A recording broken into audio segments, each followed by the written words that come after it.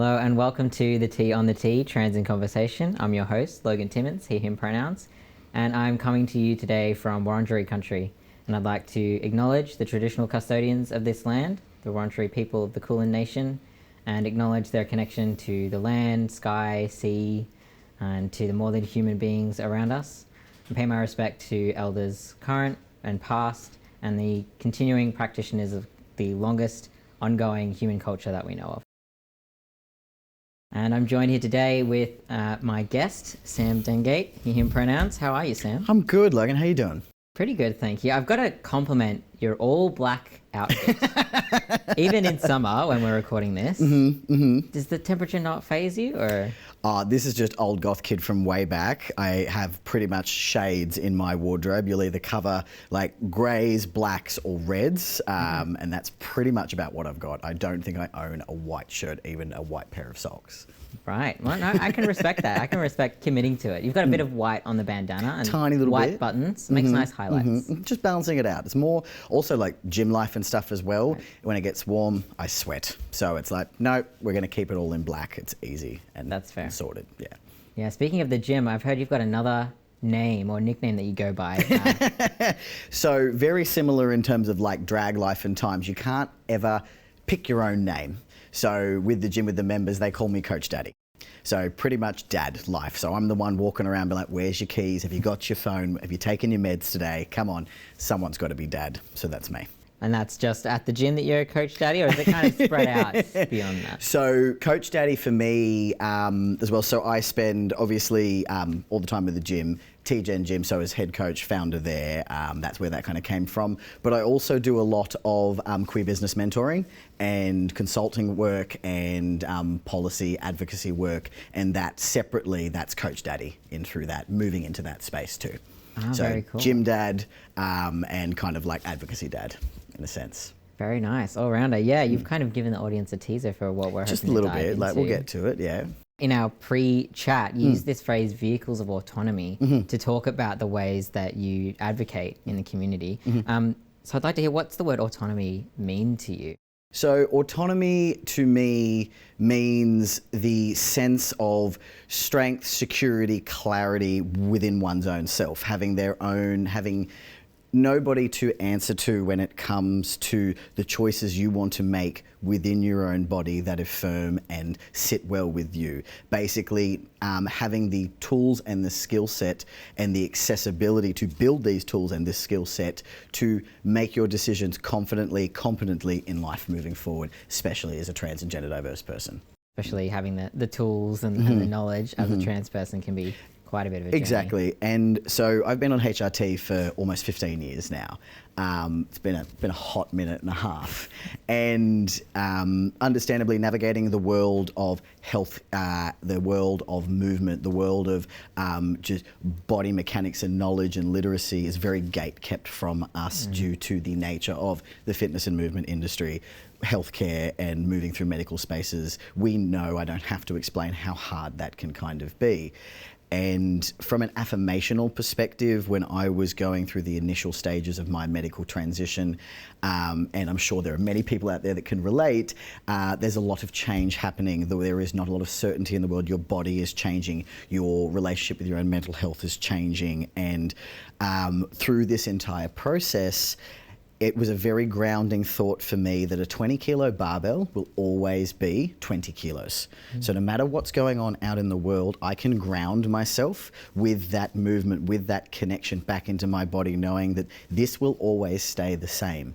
And as I learned to control the barbell or move around it, I developed a lot more confidence within myself, a lot more understanding and connection to my body, and that kept me, that was kind of the anchoring in the storm that is well, at least for me, my experience of transition.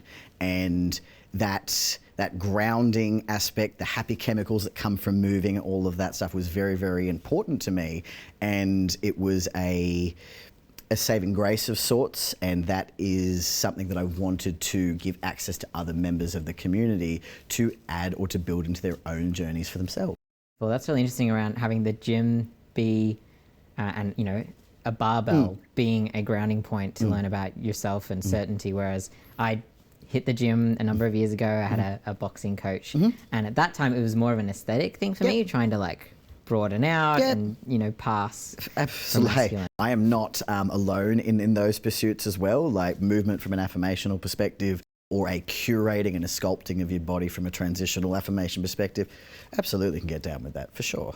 Yeah, there's so many different things. I hadn't even considered that as another way to be in the gym. It doesn't just have to be to look a certain way, or absolutely not to conform to a certain figure that society tells us is the best. Exactly, and there's two rules, at least within my practice of coaching. The first one is do no harm. And the second one is it's not my goal to tell you, it's not my role to tell you what your goal is.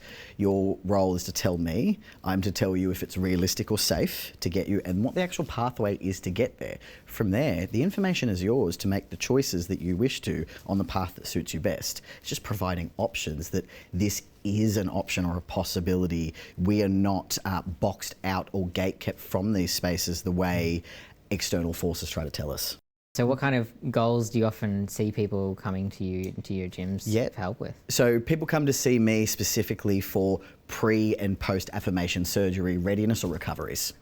So whether it is for top surgeries or hysterectomies or variety, and it's not necessarily just transmasc humans. I do see a lot of transmasc humans because I am one, and then there's that visibility to relatability, but I do work cohesively with a lot of surgeons, doctors in through Melbourne, and we have a pretty tight-knit cross-referral network to ensure care and continuity of care into hospital, out of hospital, and back into life as well. That's amazing. So you're kind of with people for a long period of journey, not just in the gym, but kind of around their lives as they're settling back in. Exactly. And at the end of the day, you know, they only may come into the gym a couple of times a week. Everyone has a life outside of, and it's more about, at least for us, building that community, that safe space to explore, to learn. We've got people that have never had previously good experiences with the fitness industry, and fair. It is toxic garbage, most of it, and I work in it. I will hand on heart say yes. And others, so that they just want to, whether it could be rehab for an injury, it could be just wanting to get out of pain, wanting to just get good chemicals, move in a way that makes them feel good, or others that need structured learning and progression. We look after a lot of neurodivergent humans as well because of just the overlap within queer community as well. So we definitely lean into more of the structured side for that, but there is some flexible options based on what it is that you want, really. And if we're not the right people, so fine, we'll connect you with those that are. You really weaved your web and connected in a lot of places. I wonder, how did that journey go from, you know, having maybe the idea of starting your own gym to where you are now? Yep. So I'm originally from Sydney. Don't hold it against me. I saw the light and moved down. I've been in Melbourne now for a bit over 8 years. My professional fitness career started in Sydney. So I was legal, banking and finance background, discovered my love of movement, and after initially being asked to leave a facility in the early days of my transition, the world 15 years ago was very, very different now, and I lived in a much more of a rural setting. So obviously lack of understanding, education, ignorance out there, yes. And it was that moment, that catalyst, that was the catalyst that pretty much steamrolled into working towards building and opening my own space now. Being told that I can't be somewhere just for living authentically, I'm the kind of person that you say no, I will absolutely find a way to say yes. If anything, that more lights a bit of a fire underneath to spur me on more. So in between that experience and my own meetings with surgeons and my own affirmation process, the surgeon told me, based on the results that I say that I want and where I want to go, which is important to me, and speaking only in my journey, I needed to put in some work and I needed to spend some time and changing my body composition. At the time, I was, in terms of postural, in terms of pain issues, and I was just a very different physique than I do have now. That affirmation perspective was very important. So I walked in to a gym, a different gym, about 3 days after that meeting, and I blank-eyed looked at the PT and went, I'm trans, I want surgery, this is what we're doing, are you down for this ride? And he was phenomenal.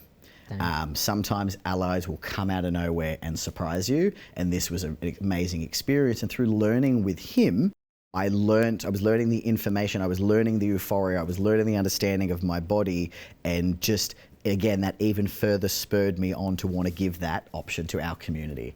So by spending time with that, I was with that PT for almost 4 years. They spurred me on to go and study and become qualified myself, and it just became a chipping game. I moved to Melbourne when I moved into fitness, just through to a job, and over time immersing, being in community here and just chipping away into actually the TGEM gym space now. Wow, what a journey. Yeah, and that's the Cliff Notes version. That's the Cliff Notes version. Wow. Incredible. Thanks for sharing that, Sam. No worries. As part of running the gym, you've also run a couple of amazing events. There's a weekly shed run gym club. Yep. And then there's also the Trans Takeover that happens. Can you tell us a bit more about those two? So in terms of like community access, I love either doing group coaching or working in with community groups to help break down those barriers of fear, prejudice, and educational gaps when it comes to human body movement. So the Shed, absolutely, transmasculine group that support group based in Melbourne.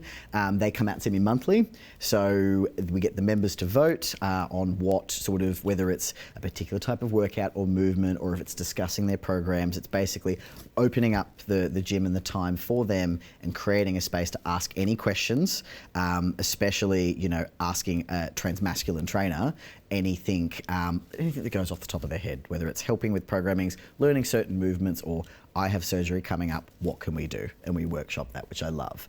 I also consult with Proud to Play as a part of their Trans Advisory Board, which is a organisation put together for the sole purpose of helping with sport and inclusion. And moving in across different codes, and this trans board advises on policies or on any particular events coming up, things like that. They can apply to us for actual feedback, and we all spend time in our respective sports. So yes, the Trans Takeover was Australia's first trans and non-binary powerlifting comp. Again, when someone tells me no, I'm going to say yes. So based on experience, I was told by a head of a different powerlifting federation, and powerlifting is my sport, that I would never amount to anything because I'm a trans person. Do whatever you like, don't worry. You're not going to virtually do anything anyway. So it's kind of like, cool. Ouch. Yeah. And I am comfortable that I will use that to keep moving on. But as we all know, that does a lot to our community, that constant brick wall down, and it's just not about it, really. So I kind of got fed up, and I'm very grateful that my coach, where I train, the space that I'm in, are phenomenal. And about a year ago, I went, hey, let's put on this event. I want to put on obviously non-sanctioned, because unfortunately due to the ruling around HRT and medical transitioning and things, like I cannot compete at an elite level, I cannot compete in a sanctioned tested space because of the rules, regardless of hormone ranges and in reference to cis people. But that's a conversation for another time. So we had 30 trans and non-binary competitors competing in this event. And for anyone that isn't sure, powerlifting is your top 3 attempts at your deadlift, your squat, and your bench. Squat, bench, dead is the order. You get 3 attempts at your max, and it's about the total, the most weight lifted across the time. Usually it's weight class based and gendered. However, we're like, no weight class, we're not gendering it. This is a statement piece. It's the first day of Trans Awareness Week. The platform that I choose to live on and where I spend my time is Trans Joy, Trans Resilience, and Trans Success. We absolutely know the struggles of our community, where we are not ignoring them. But if you cannot be it until you can see it. So by showing and showcasing us winning, us grinding hard, us pushing through in regardless of the adversity there, and winning is something I am very passionate about our young people seeing. So we had about 200 people rock up to the actual event itself, bigger than any powerlifting event I've ever been to. We had over 1,000 people on the live stream. We managed to raise over 5K in donations for Koori Pride and Black Rainbow, split down, which was phenomenal. So anyone that wants to sponsor us for next year in December and get involved, hit me up. It's really, really exciting to see how this took off, but never again will I put on the event, coach it, meet, direct it, compete in it, and put the after party on as well. Suffice it to say, I didn't leave bed for a few days afterwards. Fair enough. That is a massive, massive effort. The team with me, the TGen team, all of the members that volunteered, everyone that threw in, like, could not have done this without you. Phenomenal. I guess our sponsors, Thorn Harbour, Eagle Leather, Globe, Victoria, all helped put this on, which is phenomenal. So it was a great day, and I'm still semi-processing. It was a bit of a fever dream, but I got my PBs, and that's all that really mattered. So yeah, amazing. Absolutely seeing that. I saw photos, and I was watching the live stream as well. Just the massive grins of people like smashing their PBs or you know, performing at that level, which they hadn't been able to do, and being surrounded by other people in community cheering them on. Yeah, it was a massive Trans Joy event. It was amazing, especially because I was the only one that has had competed before.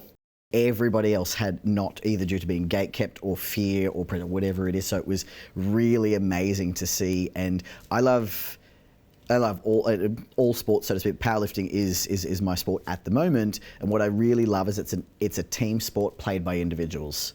So regardless of whether you win or lose, so the one person goes out on the platform, but everyone around you is cheering, win or fail, for you to succeed. Everybody wants you to succeed, and that's what that day was, just trans joy and success. So chef's kiss. Beautiful, absolutely, amazing. Yeah. So you've mentioned earlier that you came from a law background, and you know, a lot goes into kicking up your own business, and that's also part of what you're passionate about empowering people and giving people knowledge and information. Can you tell me more about what you imagine the future of trans business might look like? See, trans and queer business in general is, again, we all do not like the structure that is capitalism. It is a system that is broken. We know this. Absolutely, we know this. And we all can do what we can. For me, the way for me through is changing and rewriting the system from the inside.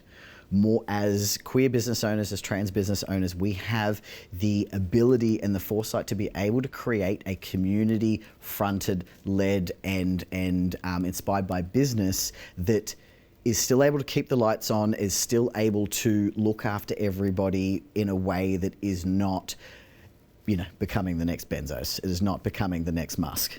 And by opening up that information, by spending time building confidence within our community to be like, no, I can do this. You absolutely can. Prior to moving into business, I don't have a business degree. I do not have any formal business training, so to speak, outside of a couple of years lived experience in corporate life. It is a constant Google search. I at least do it 2 to 3 times a day. How do you connect this? Where do I find that? I don't know, but it's having the backing of yourself to step into that unknown and work it out along the way. Sometimes you've just got to jump off the cliff and build your plane on the way down, really, as you're working it out. So what I see, I see a future of queer and trans business owners that put people first, that incorporate and build a community-centered mindset, whether it is charity donations, whether it is being able to factor in and care for the minorities within our communities, sliding scale approaches, whether it is also just the way that people are looked after, less numbered based, more human interaction, because we care about community. That is going to infiltrate more in through our business. And that is what I'm really, really excited and passionate about, helping young queer entrepreneurs go from, I don't know how, into, yeah, I can do this, and actually see them win, which is exciting for me. Do you have like a top tip for people who have, you know, an idea of something, you know, not a gym, maybe something else? Yeah. What's the top tip that you would give them to get that kick started? So I can't remember exactly who said it, but this quote still rings true regardless of where you sit. An artist is never finished with their artwork. They have to abandon it and walk away. At some point. You will never be 100% ready. That concept doesn't exist. If you wait for that, you will never start. Once you get to 70%, go. The first time you do anything, your first attempt is going to be horrible in comparison to your 100, but you won't get to the 100 if you don't do the first. And nobody doing more than you will ever give you any flack. You will only hear all of those voices are either coming from inside the house or from people whose opinion you should not be listening to. Everyone around you wants you to succeed that's doing this. Come on the journey with us. There needs to be more of us. And you've just got to start. That imposter syndrome, that internal short circuit happens to everybody at every stage regardless. Doesn't matter whether it's their first year or their 10th. That internal talk is still there. So being able to push through that is exciting to see. The first time it's going to be probably terrible, but you've got to do number one to get to number 100. Totally, and I will be here for that high five once you've done your first. Like, knock it out of the park, done. Let's move on to the next one. You've crushed it. Keep going. What was your number one versus number 100 in your sort of business journey? Have you had a mistake that you look back on now? Many times. I look at old programs I used to write and it's like, oh dear, the things that you learn, even down to some of the ideologies I had spending so much time in fitness world and reframing the way I viewed the connection between mental health, physical health, movement spaces, and how to hold space, how to navigate, and especially the understanding connection within trauma response within movement, how mental health and physical responses are so interlinked in a way that is very pushed aside, and how, movement and body autonomy linking into trans healthcare. Just as I have learnt and spent more time and invested more time in my own education, I get better as a coach. I get better as a mentor. And if you're not looking back at the things that you did a year ago, maybe two, and going, oof, I've learnt, then there's going to be some questions there. So continually keep evolving and educating yourself as best you can to help serve your people. So yeah, and look at where you are now. Awesome gym, ran massive Trans Takeover, Trans Joy event. I've got to learn to say thank you. I'm very, very terrible with taking compliments. So Take the compliment. Thank you. I'm learning. It's my learning. You know, we're all in therapy for a reason. That's mine. It's that thing of where we try not to get stuck of, at least for me, there is still so much work to do, but it's important to take the wins.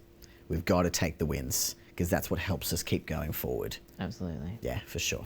Now, Sam, I've noticed you've got a number of tattoos. I have a bunch of tattoos. You can't actually see any right now, but I have a bunch. I can see face fear here, but yeah, I'd like to hear a story about what other tattoos do you have and how have they perhaps connected you with your body from a trans and just regular lens? I think I only had one tattoo prior to transition. I transitioned at 18, so there was literally, it was probably only about a week or two, one tat, then I'm on T, so as you go. Each of my tattoos, so I do have quite a few covered underneath as well. The big one that you can't quite see, I'm a massive Tim Burton fan.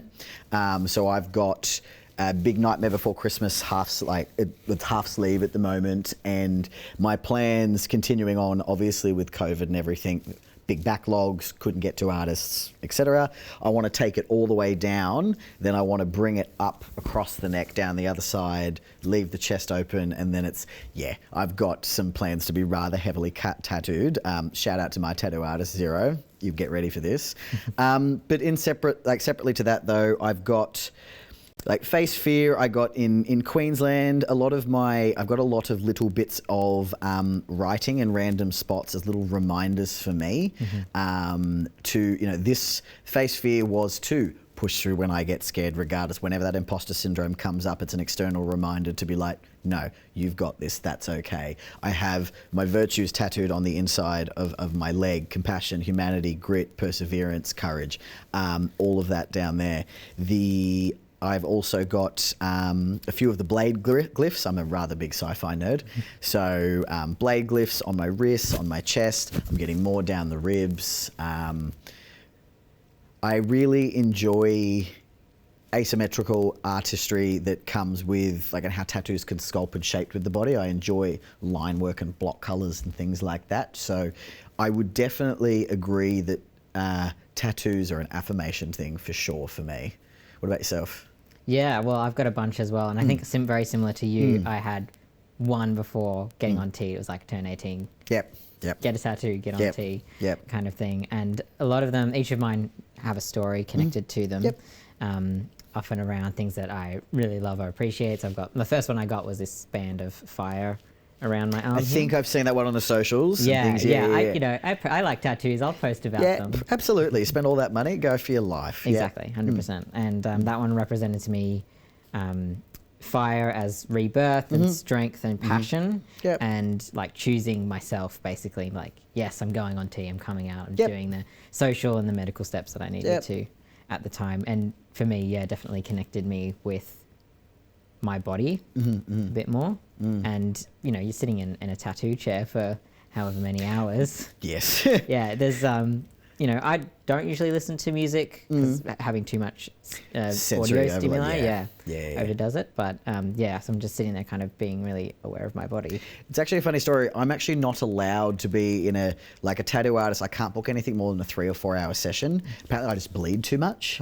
I keep getting asked, like, were you drinking the night before? I'm not a drinker. Have you been taking Panadol blood thinners? No. So especially for like heavy line work and block work, it has to be split up because they won't be able to see what's kind of happening. Cool. All right. Well, I think we're coming to the end of our time. So one final question to sort of leave you with today. What's bringing you joy right now in your life? Could be anything. It's a good question, and it's an important question that needs to be asked that a lot of us don't get a chance to sit down and actually stop and think about that, like what really makes us happy and joy. Joyful, simple things is I'm a big cat man. I have 2 cats. Yep. I have a little ginger short-haired thing, and then I have a part Mancoon tabby that's about 10 kilos and is my nice weighted blanket. Sonic and Oscar are definitely, well, they're my children. Like, my kids have 4 legs and a furry tail. My cats bring me joy watching my members win, watching them achieve what they walked in and said they would never be able to do. So, and I'll use the Trans Takeover for an example. I had about 10 lifters in there for myself, and watching each and every one of them pull over 100 kilos off the floor with their deads, and they were like, I'll never be able to do that. I'm like, you just did. And just the looks and the elation and the realization of, yeah, I can do this. That's the bottom line for me. That's what brings me joy. Awesome. Thanks so much, Sam. Thanks for coming on. Thank you very much for having me. You're very welcome. And I'll maybe see you at the gym again sometime. Oh, you will. Don't worry. It'll be fun. I'll get you in back soon. I'll see you soon. Great. Thanks everyone for watching. This has been the T on the T, Trans in Conversation. Stay safe and have a good night.